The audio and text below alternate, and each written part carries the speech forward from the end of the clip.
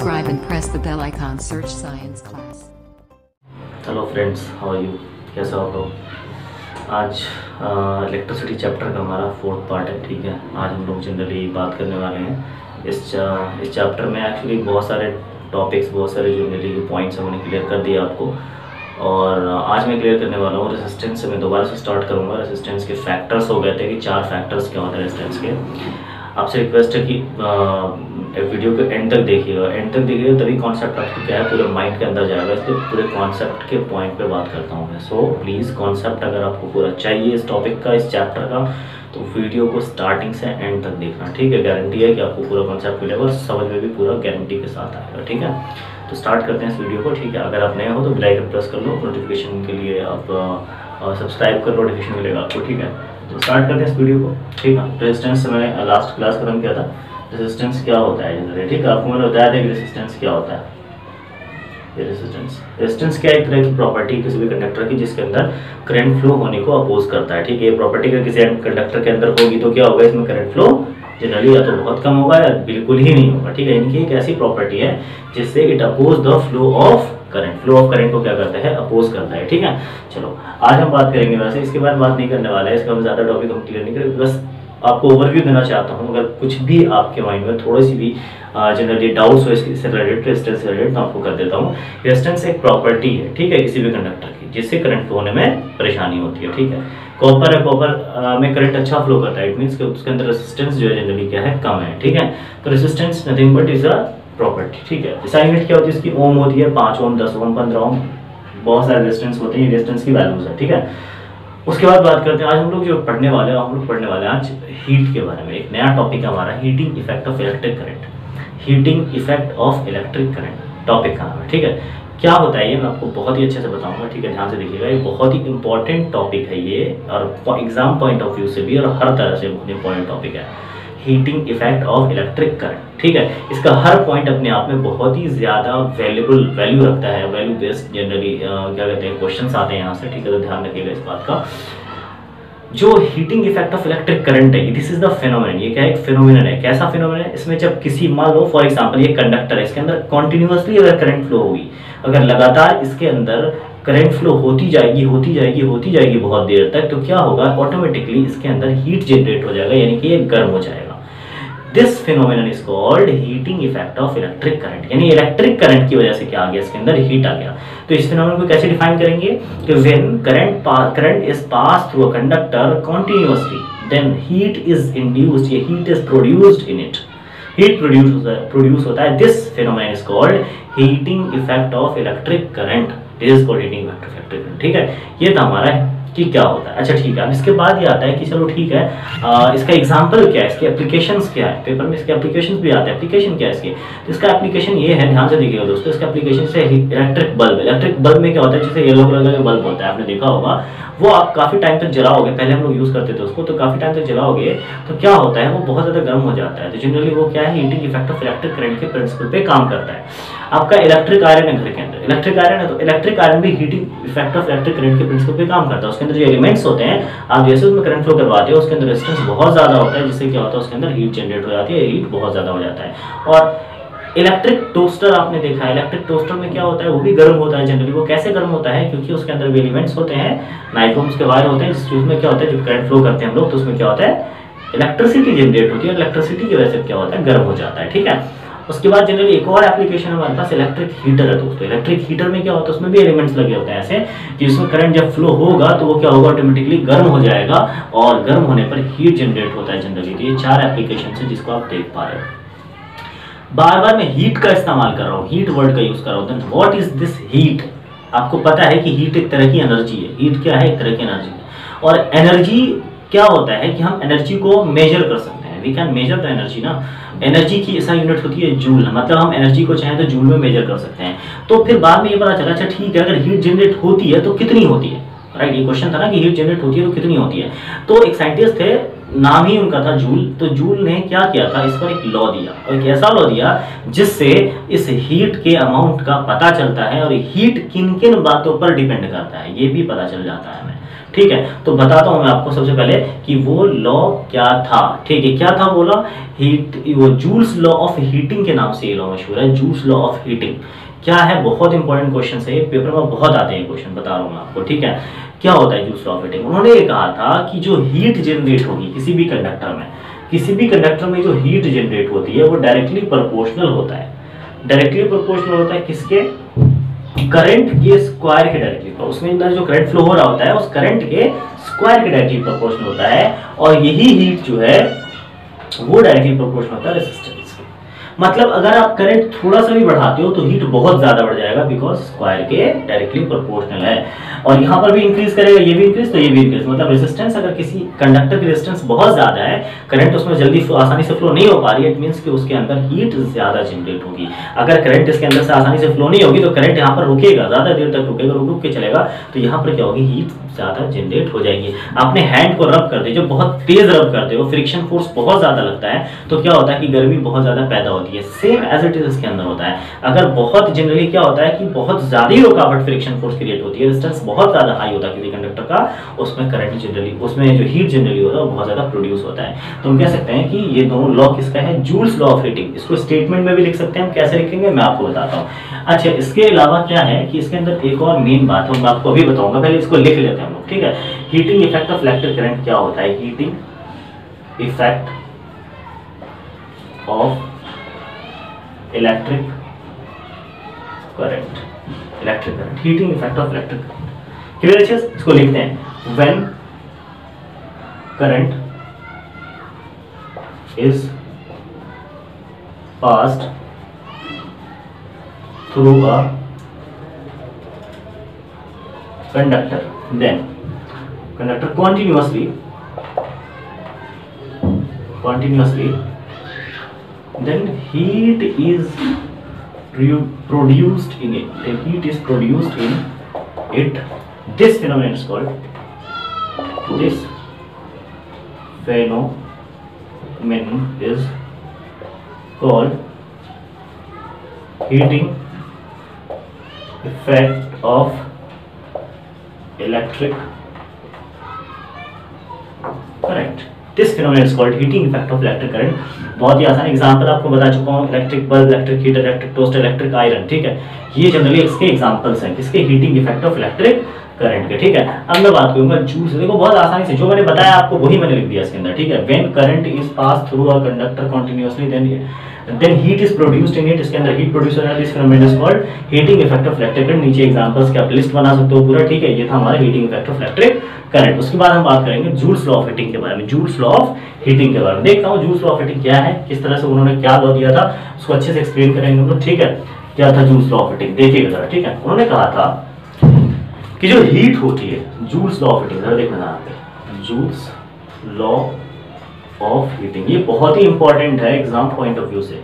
ठीक है, बता रहा हूँ मैं आपको बार बार, क्योंकि मैं मुझे पूरा आइडिया है ना कि 10 साल पेपर में क्या पूछा गया, आई नो दैट। तो एक एक क्वेश्चन को मैं पूरा स्कैन करके रखता हूँ पहले से, तो यहाँ से बहुत सारे क्वेश्चन आते हैं, बहुत घुमा घुमा के आते हैं, लेकिन अभी तो मैं आपको सीधा सीधा क्वेश्चन बताऊंगा। ठीक है, पहले आएगा what state joules law of heating, तो आप इस तरह से लिख दोगे, इट स्टेट्स दैट, क्या लिखोगे, इट स्टेट्स दैट, क्या लिखोगे, it states that, it states that क्या, the heat produced in a conductor is directly proportional to the square of current and also directly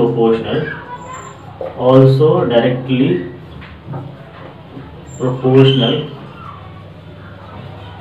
to the resistance, जो मैंने आपको बताया है वो मैंने यहाँ पर लिख दिया। उसको हम स्टेटमेंट, इसको हम जनरली सिंबल में कैसे लिखेंगे, एक्सप्रेशन में ऐसे, H directly proportional to I square, H directly proportional to R। ये था हमारा जूल्स लॉ ऑफ हीटिंग। ठीक है, अगर फॉर एग्जांपल करंट अभी है, मान लो करंट अभी है 2 एम्पियर। ठीक है, 2 एम्पियर था, पहले हमने क्या कर दिया, 2 से 3 एम्पियर कर दिया करंट को। जब 2 एम्पियर था, 2 का स्क्वायर करो कितना आएगा 4, यानी कि हीट कितना था 4। लेकिन जैसे ही आप 2 से 3 बढ़ाओगे, करंट आपने सिर्फ एक पॉइंट आगे बढ़ाया है, देखना जरा 3 का स्क्वायर करो कितना 9, यानी पहले आया था हीट 4, अब कितना आया 9, यानी कि 4 से सीधा जंप कर गया 9, मतलब आपने 1 यूनिट बढ़ाया करंट को, तो सीधा का सीधा हीट कितना हो गया, सीधा 4 से 9 पे जंप कर गया। मतलब थोड़ा सा भी करंट आप अगर इंक्रीज करते हो अपने सर्किट में तो क्या होता है, एब्रप्टली क्या होता है, हीट बहुत ज्यादा इंक्रीज होता है और उससे जनरली प्रॉब्लम हो सकती है। ठीक है, तो ये जनरली क्या है, हीट यानी एनर्जी बहुत ज्यादा कंज्यूम करता है। ठीक है, रेजिस्टेंस की डायरेक्टली प्रॉब्लम होता है, ये आपको पता है अच्छे से। अच्छा, इसको मैं चाहूँ तो जनरली एक साथ भी लिख सकता हूँ। कैसे लिख सकते हैं एक साथ, देखो इसको ऐसे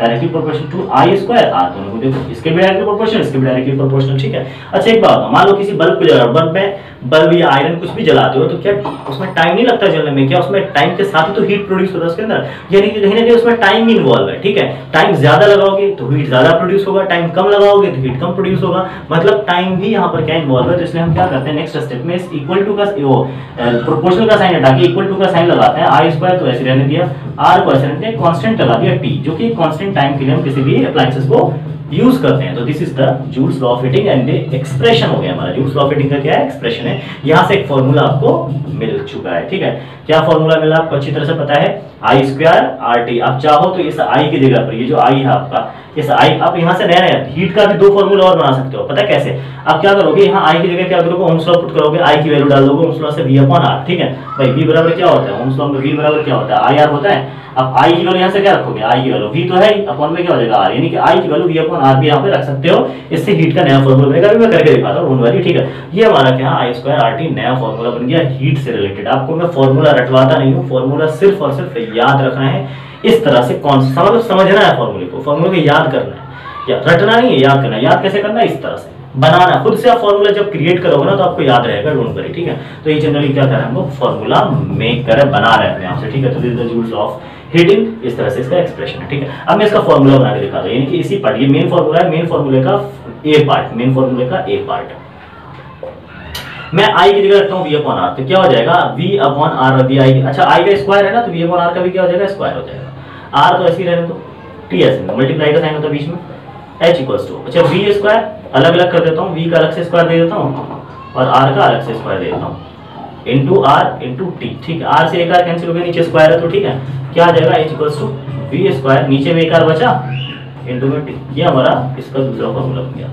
एक और फॉर्मूला आप चाहते हो, ठीक है कोई बात नहीं, आप इसको क्या करो, यहाँ से ये जो आई है, आई की आपने वैल्यू रखी थी ना, अब आई की वैल्यू ऐसे रहने दो, अब आई आर की वैल्यू रखो ओम्स से।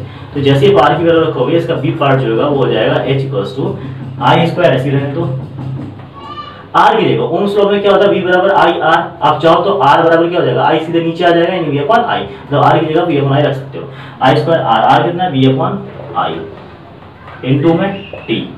अब देखना जरा क्या फॉर्मूला बना है, एक आई से एक आई गया, ऊपर 2 आई था, एक आई ऑलरेडी बचा, V T, या इसको वैसे लिख सकते हो V I T। ये दूसरा फॉर्मूला हमारा तैयार है, किसका, जूल्स लॉ ऑफ हीटिंग से हीट का दूसरा फॉर्मूला। हीट के कुल मिला के 3 फॉर्मूले, लेकिन ये काम कहाँ आता है समझ में। अच्छा सर, ये तीनों फॉर्मूले क्यों बनाए हमने, क्यों, क्या जरूरी था बनाना तीनों फॉर्मूला? बिल्कुल जरूरी था। क्यों जरूरी था? बिकॉज क्या है, जैसे question for example numerical question आ गया, मैं करके दिखाऊंगा, न्यूमेरिकल क्वेश्चन आ गया, उसके अंदर पोटेंशियल डिफरेंस गिवन है, करंट गिवन है, टाइम गिवन है, तो क्या आप ये फॉर्मूला लगाने जाओगे?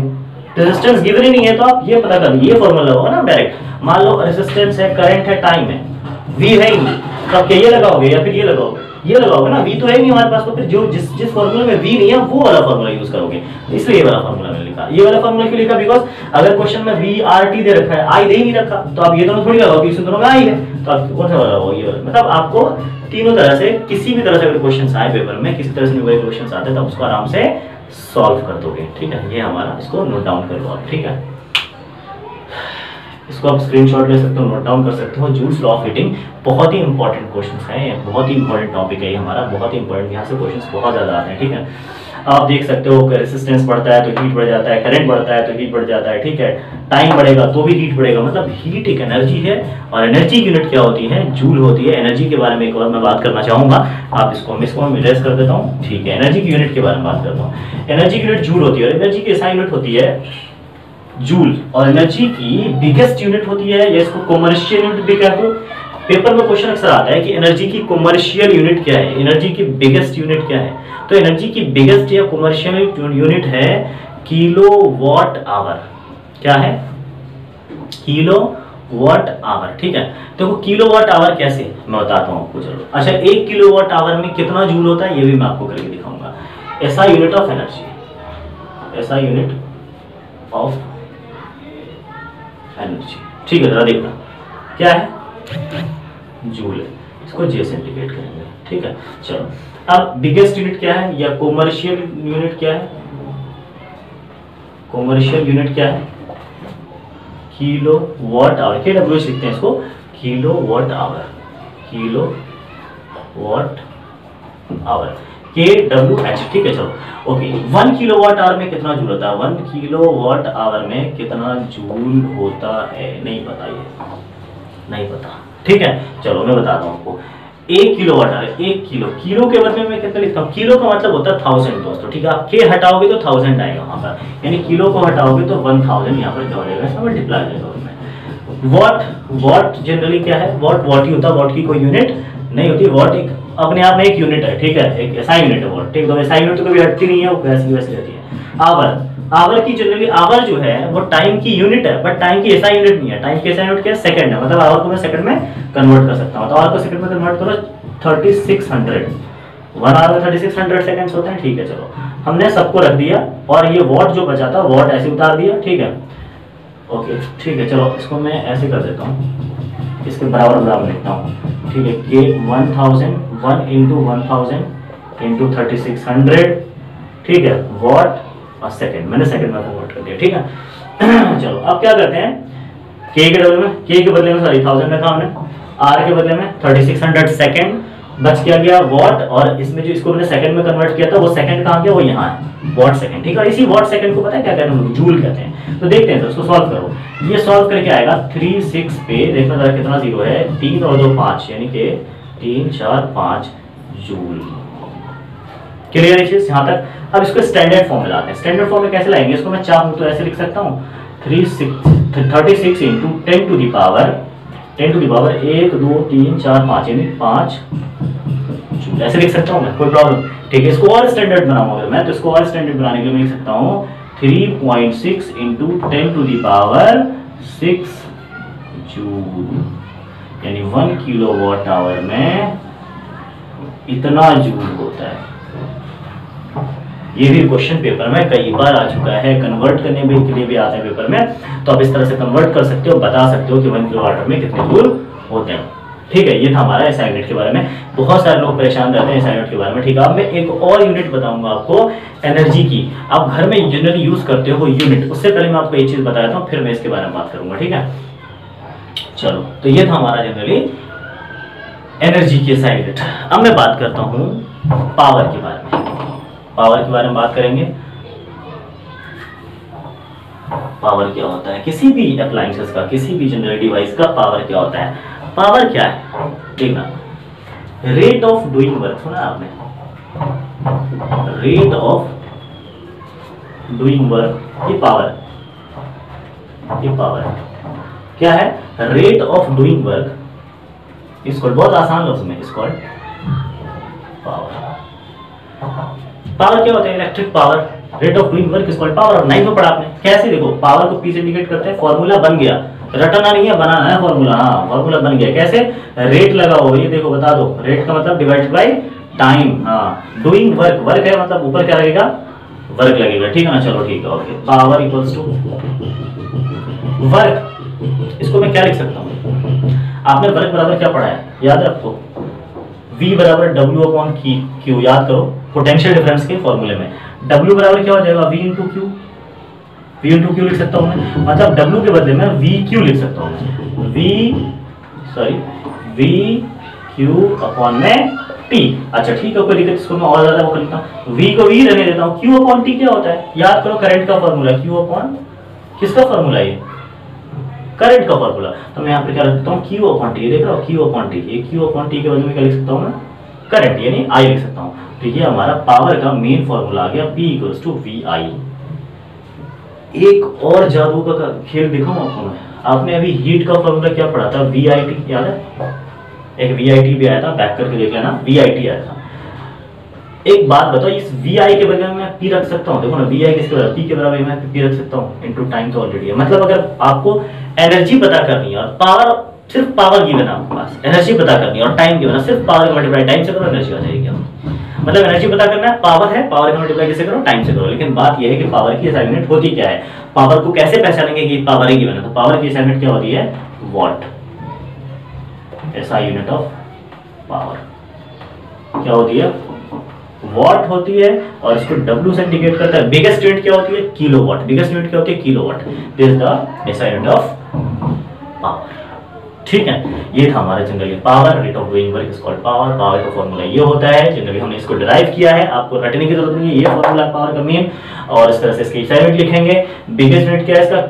किलोवाट। बिगेस्ट यूनिट क्या है इसका? किलोवाट। और किलोवाट में R लगा दिया तो वो एनर्जी की बिगेस्ट यूनिट हो जाए। खुद देखो यहाँ पर क्या था? पावर। यानी पावर में क्या है? ये पावर की यूनिट क्या होती है? Kilowatt. Sorry biggest unit kilowatt. और किलोवाट में टाइम की यूनिट लगा दी हमने आवर, तो क्या हो जाएगा? Kilowatt hour. देखो अब एनर्जी की यूनिट निकल गई, राइट। मतलब एनर्जी जो है वो पावर का मल्टीप्लाई टाइम से करने पे निकल जाता है हमारा। ठीक है, this is the power. Okay, ये था हमारा जनरली। अब मैं आपको बताऊंगा कि जो एनर्जी है हमारा और जो पावर है वो किस तरह से घर में यूज होता है। आप फॉर एग्जांपल मान लो, एक मैं आपको चीज बताता हूँ आज की। मान लो आप एक डिवाइस लाइक घर में एक आप मान लो कि कोई केटल, इलेक्ट्रिक केटल है या कुछ भी इस तरह की चीज है। अगर मान लो वो 1500 वॉट का केटल है, आप मान लो उस केटल को दिन भर में 5 मिनट चलाते हो। कितने मिनट चलाते हो? 5 मिनट चलाते हो। एक दिन में वो आपसे कितने यूनिट यानी कितना पैसा वो खर्च करवा देता है एक दिन में आपका, वो मैं आपको बताऊंगा अभी। क्योंकि घर में हम लोग जो बिजली देखते हैं, बिजली की जो यूनिट होती है वो यूनिट में होती है, UNIT यूनिट। 2 यूनिट, 3 यूनिट बिजली, 5 यूनिट बिजली, तो अलग अलग रेट होते हैं बिजली के यूनिट्स के। अलग जैसे 7 रुपये, 3 रुपये, 6 रुपये रेट होते हैं। मैं उस रेट के हिसाब से मैं अभी निकाल के दिखाता हूँ कितने खर्च हो जाता है पैसे हमारे। ठीक है, ये था हमारे यूनिट। किसकी यूनिट है? यूनिट ये किसकी यूनिट है? यूनिट जो है वो एनर्जी की यूनिट है। हम एनर्जी ही देखते हैं अपने बोर्ड में, ठीक है। जो पावर बोर्ड होता है हमारा उसमें एनर्जी ही देखते हैं कि कितनी यूनिट खर्च हुई बिजली। तो वो एनर्जी जो है उसके हिसाब से पैसे होते हैं कि 7 रुपीज पर यूनिट होता है, कहीं 8 रुपीज, कहीं 6 रुपीज। तो आपको बता दो, फॉर एग्जांपल आप एक केटल खरीद के लाए मार्केट से। पेपर में क्वेश्चन आता है कई बार कि आप यूनिट में बताइए कितनी यूनिट बिजली खर्च हुई है ना, कितनी यूनिट आपने वो एनर्जी खर्च की। तो देखो जरा, केटल खरीद के, केटल कितने? 1500 वॉट किया। 1500 वॉट का केटल है, ठीक है। मतलब ये क्या गिवन है इसका? 1500 वॉट क्या है? पावर, यानी कि उस केटल का पावर है, ठीक है। आप दिन में कितना मिनट चलाते हो उसको? दिन में कितना मिनट चलाते हो? 5 मिनट। इसको कन्वर्ट कर लो घंटे में, यानी आर में कन्वर्ट कर लो। तो 5 डिवाइड बाई 60, यानी कि अगर कट करूँ तो 1/12 आर। 1/12 आर इसको यूज कर रहे हो, ठीक है। चलो अब मैं एनर्जी पता करता हूँ। H इक्वल्स टू क्या होता है? पावर इनटू में टाइम। क्यों मैंने ये फॉर्मूला लगाया? H का तो बहुत फॉर्मूला है। H का फॉर्मूला VIT, H का फॉर्मूला I²RT, H का फॉर्मूला V²/R इनटू T। लेकिन तीनों में से चौथा फॉर्मूला जो अभी निकला था मैंने ये लगाया, क्योंकि हमारे पास पावर ऑलरेडी प्रेजेंट है। तो क्यों मैं VI लिखने जाऊँ या VIT लिखने जाऊँ, ठीक है। तो H इक्वल्स टू पावर कितना है? 1500 इनटू टाइम कितना है? आप 1/12 आर इसको यूज कर लो, ठीक है। चलो अब क्या करना है इसको जनरली, ये क्या है हमारा? ये क्या था? वॉट था। ये क्या था? वॉट था। ये क्या था? आवर था। क्लियर? अब हमारे पास किस चीज की कमी है? मुझे किलोवाट आवर में आंसर लाना, याद रखना, मुझे किलोवाट आवर में आंसर चाहिए। इसके बदले में तो वॉट लिख दिया, इसके बदले में चलो आवर लिख दिया। देखो 12 आवर, 12 आवर था। अब मुझे क्या करना है? मुझे क्या करना है कि मुझे लाना है किलोवाट आवर में। किलोवाट आवर में अगर आपने किलोवाट आवर में आंसर ले आए तो मतलब यही किसके बराबर होती है? यही यूनिट के बराबर होती है, 1 यूनिट के बराबर। मतलब आप किलोवाट आवर में आंसर लाओगे, आंसर किसमें आएगा? यूनिट में आएगा। तो देखना जरा प्लीज, जब K होता है और K को हटाना था, जब मैं 1 किलोवाट आवर वहां लिखा था और K हटाना था तो 1 इंटू क्या लिखा था, यानी K हट गया यहाँ से, 1000 आ गया। लेकिन अगर कुछ नहीं है, मतलब K लाना है, मुझे K लाना है, K हटाना था तो 1000 से मल्टीप्लाई, और K लाना है तो 1000 से डिवाइड। यानी कि आपको अगर यहाँ पर K करना, K लाना है तो आप क्या करोगे? 15,000 1500 ले लो, 15,000 मतलब 1500 वाट। ये क्या है? 1500 वाट है, मैं 1000 लिख दिया हूँ, ठीक है। 1500 वाट है तो 1500, ठीक है, 1500 इंटू 1/12 इंटू 1/1000। 1/1000 मैंने क्या लिया, क्यों लिया? क्योंकि K लाना था, KW इस का आ गया हमारा, आ गया KW। K क्यों लाया? क्योंकि हमने 1000 से डिवाइड कर दिया। अगर ये K हटाना हो तो मुझे 1000 से मल्टीप्लाई करूंगा तो 1000 कट जाएगा, ठीक है। चलो अब 2 0 से 2 0 कैंसिल। अब बात करते हैं 15, ये 15 हमारा, ये हमारा कितना है 10 है। 3 जनरली 5 से कट कितना, 5 3 जा 15, 5 2 जा 10, ठीक है, यानी कि 3 अपॉन में 24, 3 अपॉन में 24, ठीक है, ये आ गया हमारा जनरली। आप 3 अपॉन में 24 कट कर सकते हैं, 3 1 जा 3, 3 8 जा 24, ठीक है, ये हमारा कट के आ गया हीट। यानी हीट कितना आया, हीट आ गया हमारा, मैं यहाँ पर सॉल्व करता हूँ, हीट आ गया हमारा कितना 1/8 यूनिट, कितना हीट आ गया यूनिट, यानी ये kWh में था और kWh को मैंने क्या रख दिया यूनिट लिया, यानी इतनी बिजली आपकी खर्च कर रही है वो एक दिन में, कितने दिन में, एक दिन में जब जला रहा हूं। मान लो कि एक दिन की 1 रुपए की, यानी सॉरी 1 यूनिट का जो अमाउंट है वो कितना है, 1 यूनिट का अमाउंट है मान लो 5 रुपए, या मान लो 6 रुपए या 7 रुपए 8 रुपए। अगर 1 यूनिट का अमाउंट 8 रुपए है आपके घर में, तो याद रखना इतने यूनिट का अमाउंट कितना होगा, बताओ बताओ भाई, सिंपल बात है, अगर जनरली 1 यूनिट का अमाउंट, या ऐसे मान लो 8 रुपए जो है वो 1 यूनिट का अमाउंट है, ठीक है, तो 1 रुपए में कितना यूनिट, आप ऐसे कर सकते हो कि 1 यूनिट का अमाउंट कितना है 8 रुपया, तो ऐसे कर लो 1 यूनिट का अमाउंट कितना है, तो इतना है, जितने भी यूनिट का आपको पता करना 1/8 का पता करना, आप क्या करोगे 1/8 में इसका मल्टीप्लाई करोगे, तो 1/8 जो है इसमें क्या करोगे 8 का मल्टीप्लाई करोगे, आएगा 1, यानी 1 क्या निकला हमारा, ये रुपीज निकला, ये क्या निकला रुपीज, यानी ये एक दिन में ये केटल आपका 1 रुपया खर्च कर रहा है, एक दिन में ये केटल आपका 1 रुपया खर्च कर रहा है, मतलब आपको 1 रुपए की बिजली जा रही है। अगर आप 1500 वॉट की केटल को दिन में 5 मिनट यूज करते हो, तो इस तरह से आप चाहो तो किसी भी डिवाइस का अगर उसका पावर पता है आपको और टाइमिंग पता है आपको कितना यूज करते हो, तो आप उसके खर्च को आप निकाल सकते हो। This is how helpful electricity in our daily life. इस तरह से हमारा जो इलेक्ट्रिसिटी है वो बहुत ज़्यादा इंटरेस्टिंग बन जाता है पढ़ने से, डेली लाइफ में इसका इस्तेमाल हम इसी तरह से करते हैं, ठीक है। आई होप कि आपको ये क्लास समझ में आई होगी और ये चैप्टर आपका हो गया फिनिश, ठीक है। हम नेक्स्ट क्लासेस में आएंगे न्यूमेरिकल के लिए, बिल्कुल सारा का सारा न्यूमेरिकल के ट्रिक्स देखेंगे, कैसे न्यूमेरिकल सॉल्व करते हैं, एक क्लास और है इस पर। तो जो नए हो प्लीज़ बेल आइकन प्रेस कर लो, सब्सक्राइब कर लो, ठीक है, ताकि आपको नोटिफिकेशन मिलता रहे। और आई होप कि आपको 2 चैप्टर्स पे कंप्लीट हो चुका है, आप पूरी तरीके से एक बार और फिर से रिवाइज कर सकते हो। इसका नेक्स्ट चैप्टर मैं स्टार्ट करूंगा बायोलॉजी का, देखना कि जनरली इसमें कुछ छूट ना जाए आपका। स्टार्टिंग से एक वीडियो आप देख सो, पार्ट वाइज दिया हुआ उसके अंदर, डिस्क्रिप्शन वैसे भी मैं लिंक डाल देता हूँ, पार्ट 1 पार्ट 2 पार्ट 3 का सबका लिंक डाल देता हूँ, आप डिस्क्रिप्शन बॉक्स में जाकर आप चेक कर सकते हो, सारे पार्ट का लिंक हुआ है उसमें, उसको ओपन करके आप देख सकते हो। अगर आपको कोई डाउट्स आता है, कोई परेशानी आती है, आप मुझे कमेंट सेक्शन में कमेंट कर सकते हो। जनरली आप लाइक करो, शेयर करो, कमेंट करो, अपने दोस्तों से बताओ, अपने दोस्तों से शेयर करो, उनकी भी हेल्प करो आप, ठीक है। और इस तरह से पढ़ते रहो। मेरे से thank you, thanks a lot, thank you so much.